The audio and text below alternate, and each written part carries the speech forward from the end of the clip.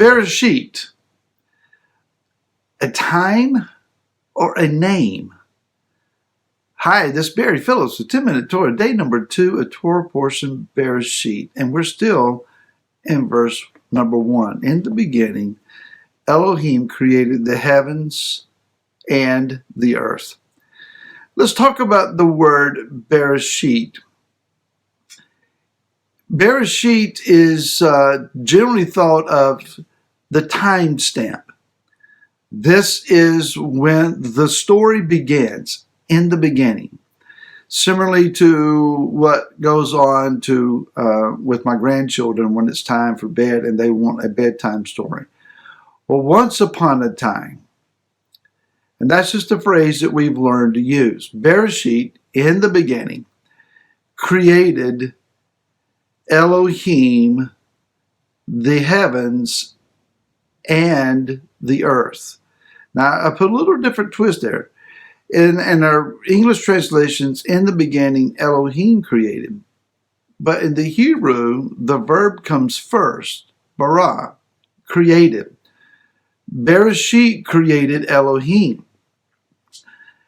In a manner of speaking, and I'm not declaring a doctrine here, this is just my particular mind working the way it does, and sometimes seeing things a little uniquely. So if you disagree or you think this is frivolous, set it aside and go on to the next one. But it's interesting to me that it says that Bereshit created Elohim.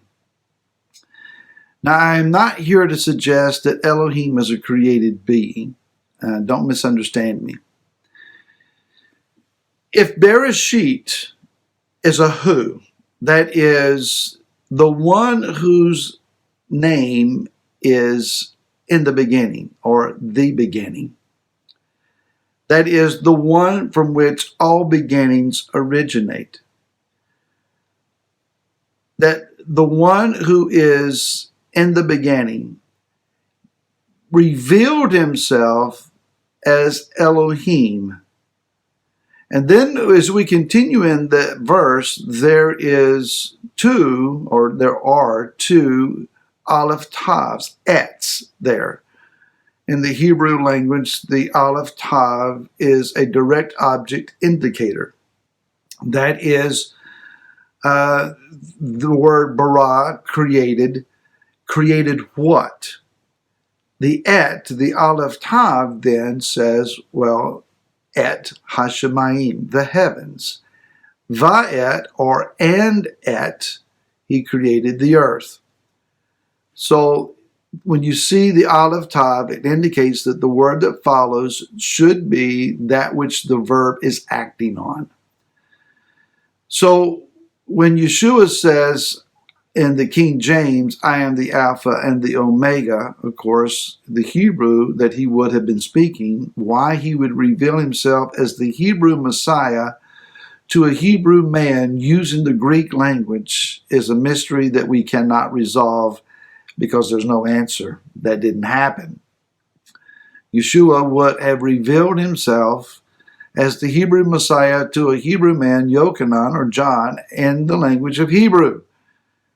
There is no Alpha or Omega in Hebrew. He would have said, I am the Aleph Tab. I am the et, the beginning and the end, the first and the last letters of the Hebrew alphabet.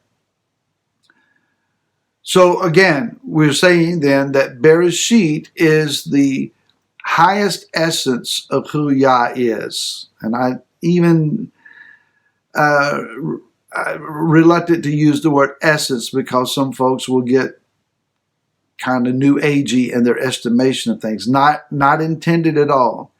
It's a rabbinical understanding of the reality of who he is. There is no physical embodiment to him that is the ultimate supreme being. Yud He Vav He, he says his name is. He is more essence, a spiritual reality. There is more about him that we don't know and don't understand and can understand than that which has yet been revealed to us. So he is high beyond our estimations or understandings. the essence of him, the very makeup of him. He is the one that has chosen to reveal himself as Elohim. That is the aspect of his judgment.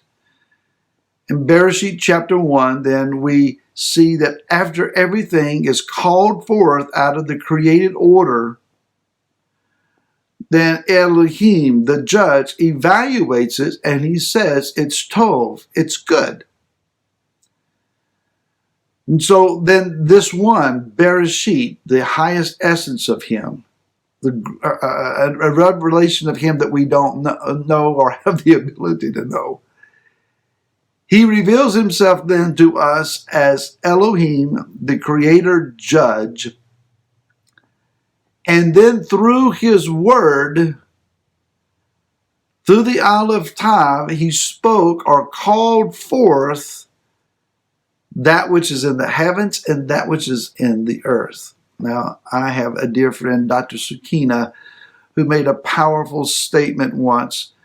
And he said that in verse 1, everything is created in the heavens and in the earth. And the rest of the chapter, what we see then is the master creator calling forth into existence that which he has already created. Now, again, it kind of boggles the mind, but this is fanciful, wonderful, glorious stuff.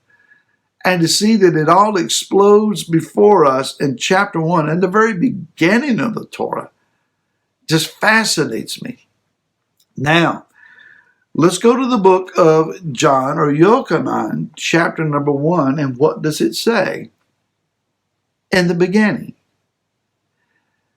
Yochanan would have used the word Bereshit, the same as the first word in Genesis or Bereshit. Bereshit was the word.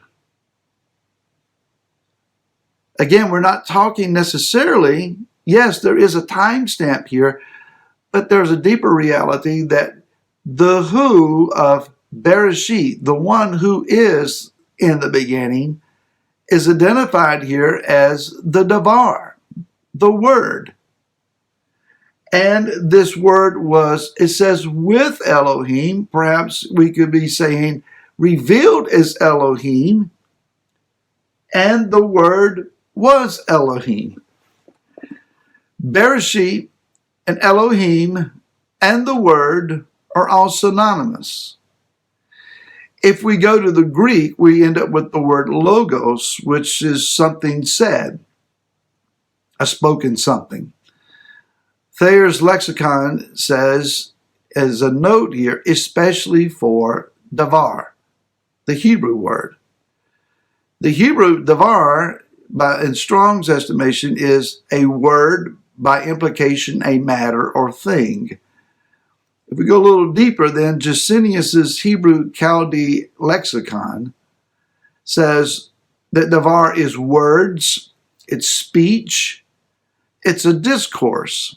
And then he says something interesting, a promise, something promised. So we have Bereshit, the word, the davar Yahweh, who is speaking forth that which is his promise, his intended destiny. In the Aramaic, we have the word miltha. In Aramaic, the street language of the Hebrew-speaking people in some regard. Aramaic is another language here, and it says that it has no direct English equivalent. So it's something beyond our language's understanding. The Aramaic says miltha can mean word, manifestation, an instance, or a substance. The manifestation of the word. So in the beginning, he who is in the beginning is the word, the davar, the manifestation, the substance. So is it when or is it who? It's both. And Yeshua says that he is the manifestation, the embodiment physically of the Word. The Word became flesh. What an amazing concept. Think on this, and then we'll see you again tomorrow. Until then, shalom.